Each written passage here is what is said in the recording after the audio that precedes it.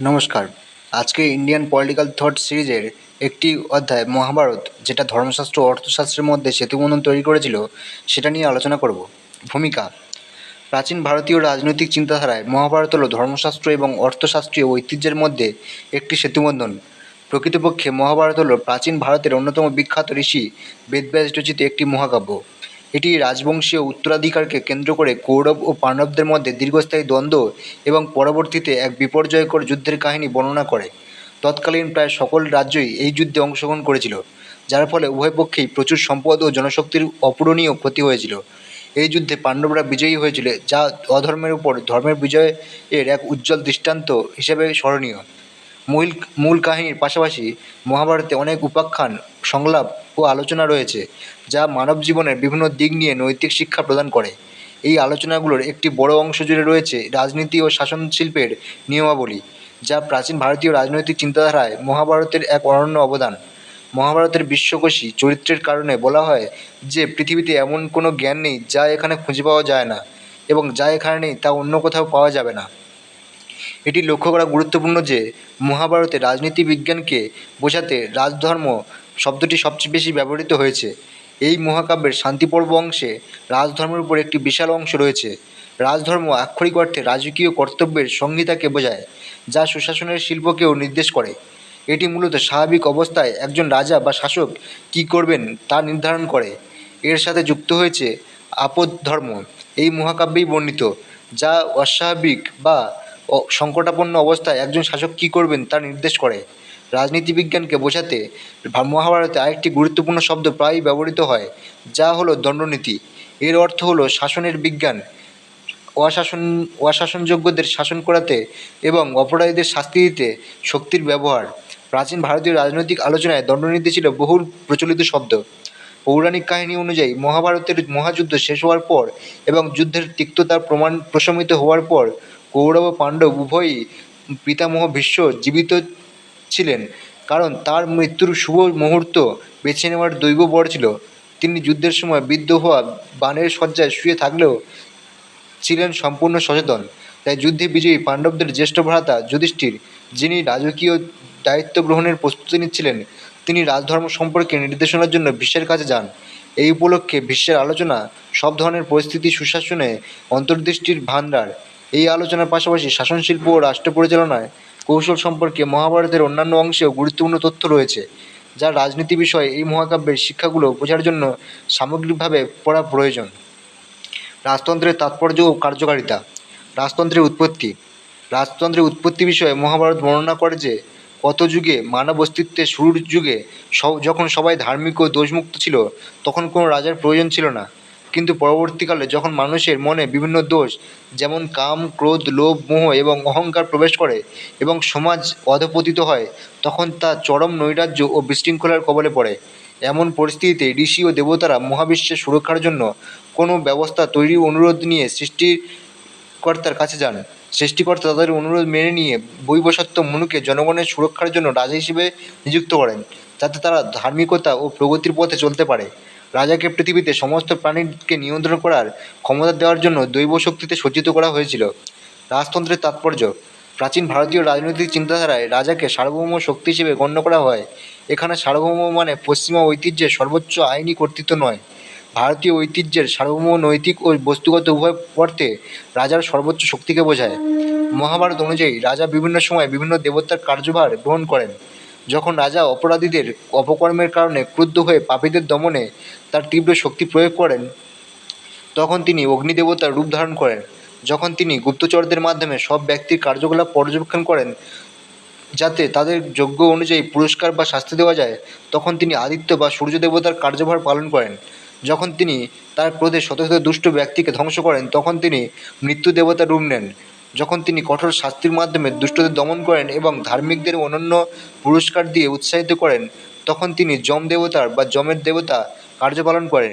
পরিশেষে যখন রাজার সমাজের মূল্যবান সেবাদানকারী ব্যক্তিদের বিপুল সম্পদ দান করেন এবং পাপী ও অপরাধীদের সম্পদের থেকে বঞ্চিত করেন, তখন তিনি কুবেরের বা ধনের দেবতা ভূমিকা পালন করেন। রাজার ক্ষমতার প্রতীক হল দণ্ড বা শাসনের লাঠি।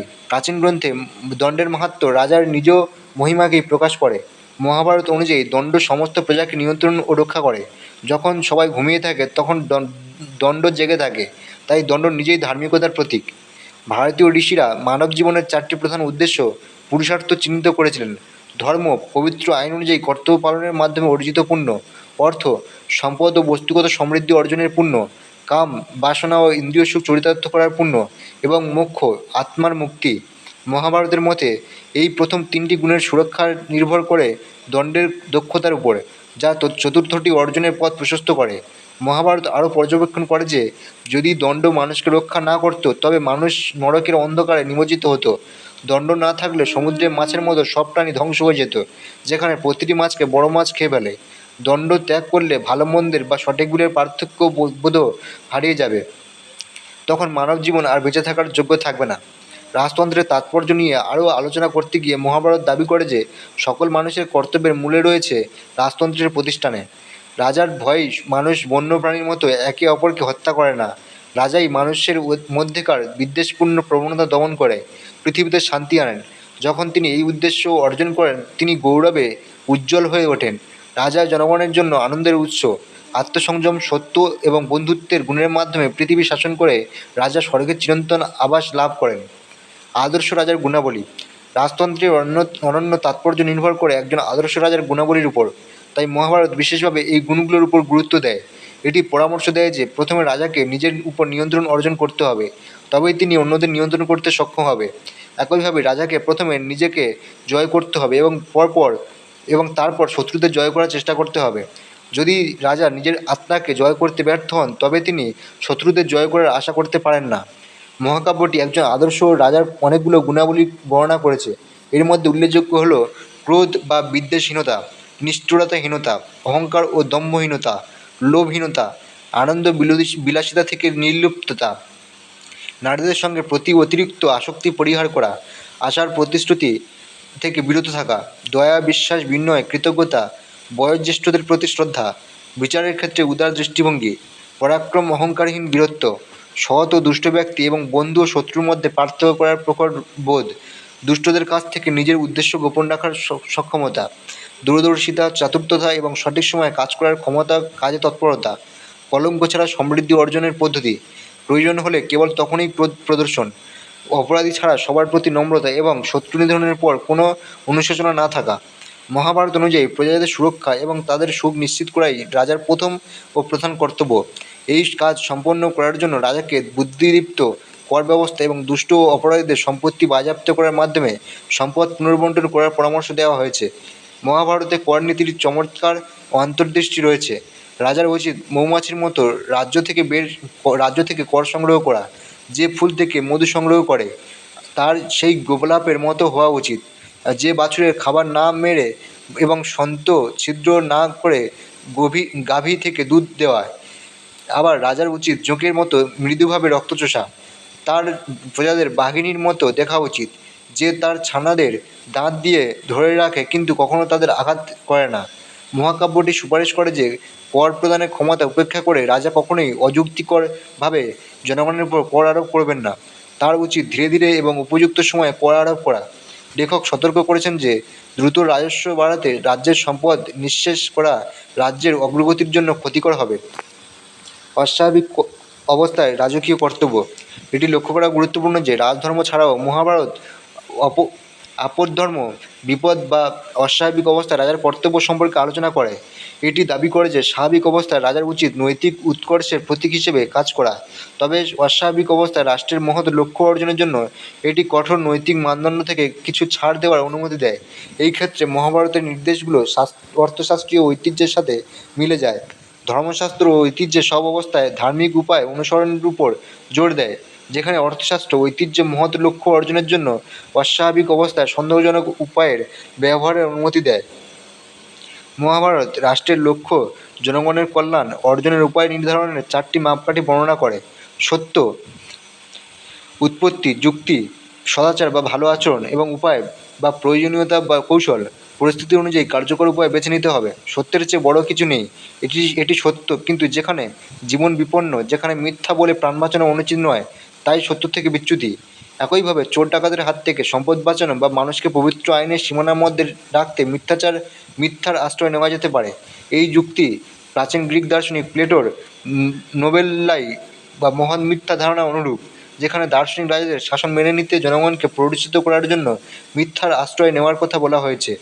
মহাভারত রাজাকে তার বিবেক অনুযায়ী সিদ্ধান্ত নেওয়ার অনুমতি দেয় যে কখন সহজ পথে চলবে আর কখন কুটিল পথে, যতক্ষণ না পর্যন্ত তিনি জনগণের কল্যাণ নিশ্চিত করার মহৎ কর্তব্য পূর্ণ নিবেদিত থাকেন। উদাহরণস্বরূপ, যদি কোনো শত্রু তার রাজ্যে বিভেদ তৈরির চেষ্টা করে, তবে তিনি প্রতারণার আশ্রয় নিয়ে সেই ধ্বংসাত্মক প্রবণতা দমন করতে পারেন। এটি বিস্তারিত উদাহরণ দেওয়া যাক।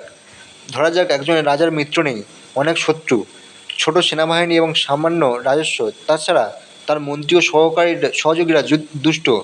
জনগণের কল্যাণের জন্য তার রাজ্য বাঁচাতে তিনি কী করবেন? মহাভারত পরামর্শ দেয় যে এমন পরিস্থিতিতে রাজার উচিত সত্য, যুক্তি ও ভালো আচরণের কঠোর মানদণ্ডের বাইরে গিয়ে প্রয়োজনীয়তা ও কৌশলের আশ্রয় নেওয়া। রাজা নিশ্চিত করা উচিত যে তিনি শত্রুর শিকার হবেন না, তার ভাগ্য যেন কখনো ডুবে না যায়, এবং আসন্ন বিপদের ক্ষেত্রে তার উচিত নিজেকে রক্ষা করা। সংকটের ক্ষেত্রে রাজাকে ধনীদের সম্পত্তি বাজেয়াপ্ত করার পরামর্শ দেওয়া হয়েছে, প্রয়োজনে তপস্বী ও ব্রাহ্মণদের ছাড়া অন্য সবার সম্পত্তি। এটি স্বীকৃত যে কোষ বা কোষাগার এবং বল বা সেনাবাহিনী হলো রাজতন্ত্রের ভিত্তি। এর মধ্যে কোষ বেশি গুরুত্বপূর্ণ, কারণ অর্থ ছাড়া রাজা সেনাবাহিনী বা জনগণের কল্যাণ নিশ্চিত করতে পারেন না। তাই অস্বাভাবিক অবস্থায় রাজাকে প্রয়োজনীয় করারোপ এবং জোরপূর্বক তা সংগ্রহ করার পরামর্শ দেওয়া হয়েছে। রাজ্য চালানোর জন্য পর্যাপ্ত অর্থ সংগ্রহের ক্ষেত্রে প্রয়োজন সহিংসতা ও দমনপীড়নও ন্যায়সঙ্গত বলে গণ্য হতে পারে। এটি বোঝা প্রয়োজন যে রাজার মহৎ কর্তব্য দক্ষতার সাথে পালনের জন্য ধার্মিকতার পথ থেকে কোনো বিচ্যুতি অনুমোদিত হতে পারে, তবে কোনো অবস্থাতেই তাকে ব্যক্তিগত সুখ বা খেয়ালখুশি মতো সহিংসতা বা নিপীড়ন ব্যবহারের অনুমতি দেওয়া হয় না। মহাভারত রাজকীয় স্বৈরাচারকে সমর্থন করে না। এটি এই পর্যন্ত যাওয়ার সাহস রাখে যে যদি কোনো রাজা জনগণের সুরক্ষার দায়িত্ব পালনে ব্যর্থ হন বা তিনি নিজেই অত্যাচারী হয়ে ওঠেন, তবে তাকে পাগল কুকুরের মতো সিংহাসনচ্যুত করে হত্যা করা উচিত।